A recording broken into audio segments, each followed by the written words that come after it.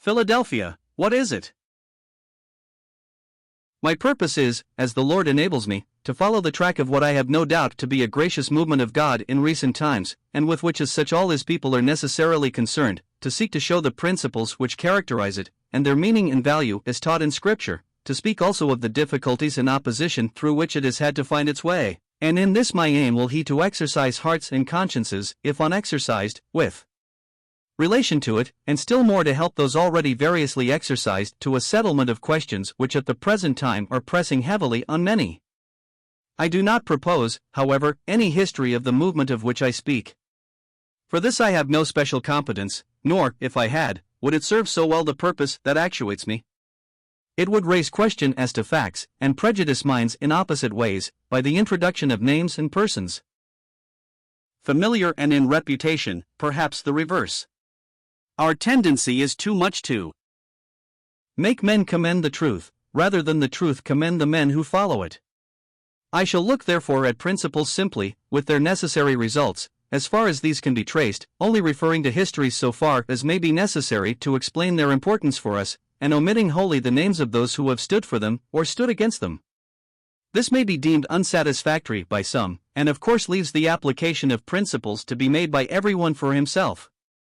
But with divine light as to principles, and a soul truly before God, the application will after all be comparatively easy. It will test us, of course, whether we be there, and that seems to me to be in His mind for us, in a special way, just now. Let us not seek escape from it, but that we may stand the test, and find the blessing which He surely designs us in it. For He does design blessing. This is the end from which He never swerves. When special times of sifting come, the sense of weakness everywhere apparent, and the love we have to one another would make us gladly seek escape, for ourselves for others also. But, thank God, it is as vain as it is unwise and unbelieving. Satan is the sifter of God's wheat, and it is a serious thing indeed to have to do with him, but sifting is the ordained method of purification. Take Simon Peter as the great example of it in the Gospels. He is in special danger, foreknown by the Lord especially to fail, and yet cannot be spared the sifting. I have prayed for thee, says the great intercessor, not that thou mayest not be sifted, not even that thou mayest not fail, but I have prayed for thee that thy faith fail not, and, when thou art converted, or restored, as the meaning is, strengthen thy brethren. Here was good to come, even for one who might seem to have failed utterly under it, from the sifting of Satan. What comfort for us in this, whether we think of ourselves or of others? And if the Lord had for us, in His abundant goodness, any work for Himself ready to be put into our hands, what wonder if, first of all, He were pleased to let us also, perhaps finding our way into it, even as Peter did, through our own self-confidence and imprudence, find, though in sorrow and suffering, the value of Satan's sieve? We have, I believe, ground for the conviction that this is the meaning of what is now taking place. But I go on at once to what is the matter that I have in hand, and raise the question which is at the head of this paper. I do not propose now to work out the proof of what is familiar and accepted truth for most, perhaps, who will read these pages, that the Lord's addresses to the 7 churches in Revelation contemplate, in fact, successive states of the church at large, answering, in the same order, to the condition of these respective churches, or assemblies, and that unitedly they cover the whole period, from the Apostles' day till the Lord takes us to be with Himself above. The great proof of this must be in fact the correspondence that can be traced between what is thus assumed to be the prophecy and its fulfillment, and this it is not difficult to trace as far as regards at least the first 5 churches. Let us briefly attempt this. 1. Ephesus, to which, in its first fresh fervor, the doctrine of the church was declared by the apostle, is shown heading here a history of decline. Outwardly things still look well. The secret of departure is only realized by him whose heart, seeking ours, cannot but be keenly conscious of it, if first love is no longer there. Here is the beginning of the end, a root upon which evil fruit of all kinds will be found, if there be not recovery. 2. Smyrna next shows us the double assault of the enemy upon the church in this weakened condition.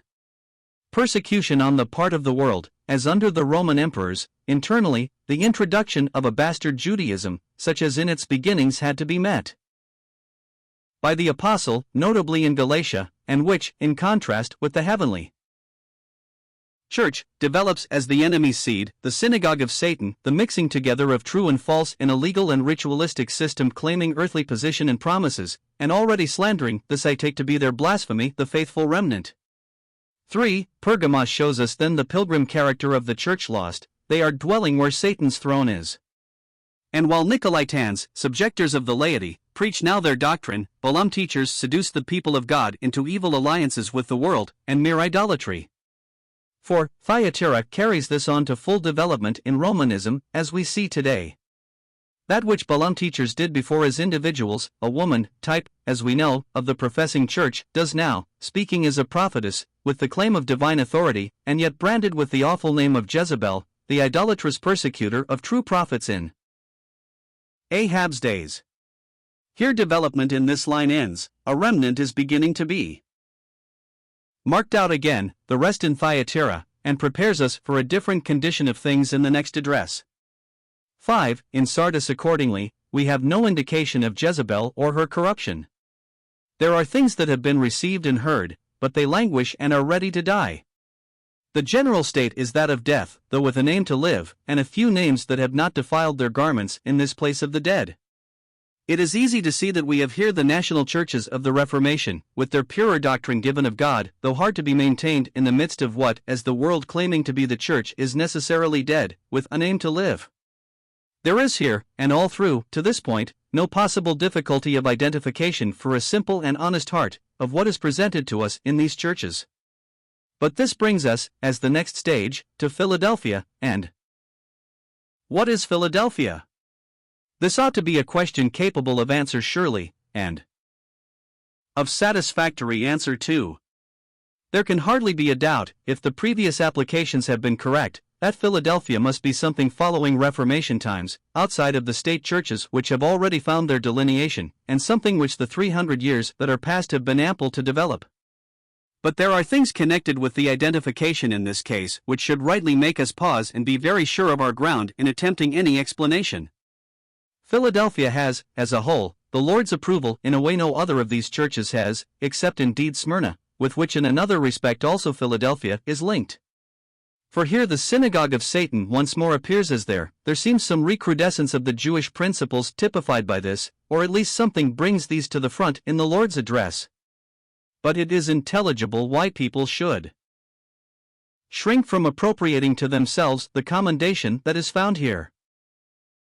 While yet that very commendation must cause every Christian heart to crave the character which our blessed Master can thus commend. Thus it always must have appealed to Christians, and since no circumstances of our time can ever render it impossible for us to fulfill the conditions necessary to his approval, there surely must have been Philadelphians in every generation of his people since these words were written. And here how blessed to see that what the Lord approves in Philadelphia is given in such absolutely plain speech. Keeping his word, not denying his name, keeping the word of his patience, how simple all this seems, how simple it is, to a heart that is truly simple. And yet, if we apply it closely, not meaning to let ourselves off easily, these words will be found, I doubt not, capable of searching us out to the very bottom. But though thus there have been Philadelphians in all times, a Philadelphian movement is another matter, and this is what we should look for, from the place of this address among the other addresses. We shall have to face this, if we would be thoroughly honest with ourselves, and would not deprive ourselves therefore of the blessing of such a commendation. For while it is very well to take heed that we flatter not ourselves with being what we are not, there is another thing that is to be considered, and that is, if there be such a movement, our own relation to it. And this may well cause us anxious inquiry, may it not? And it would be a strange disappointment indeed, were we to have to accept that such an inquiry as this could not expect to attain its end. If the Lord have given me in his addresses to the churches to find a clue to his relation to the successive phases, complete or partial, of the church on earth, then I must surely ask myself, where am I with regard to this? And if I plainly do not belong to that line of development which ends in Thyatira or Papal Rome, if also I do not belong to the state churches of the Reformation, or those similarly constituted, though they may not be established, am I to find no place in that which the Lord addresses? If I am, where must I find it, but in Philadelphia or in Laodicea? Now if the Spirit of God be at work in the midst of such a state of things as Sardis implies, not merely to sustain a remnant, but in testimony against evil as a whole, in what direction will it necessarily be found working? Will it not be in separation between the living and the dead? That is, in leading Christians to seek out their company, or in giving expression to the love of brethren? Which is only to say in English, in Philadelphia?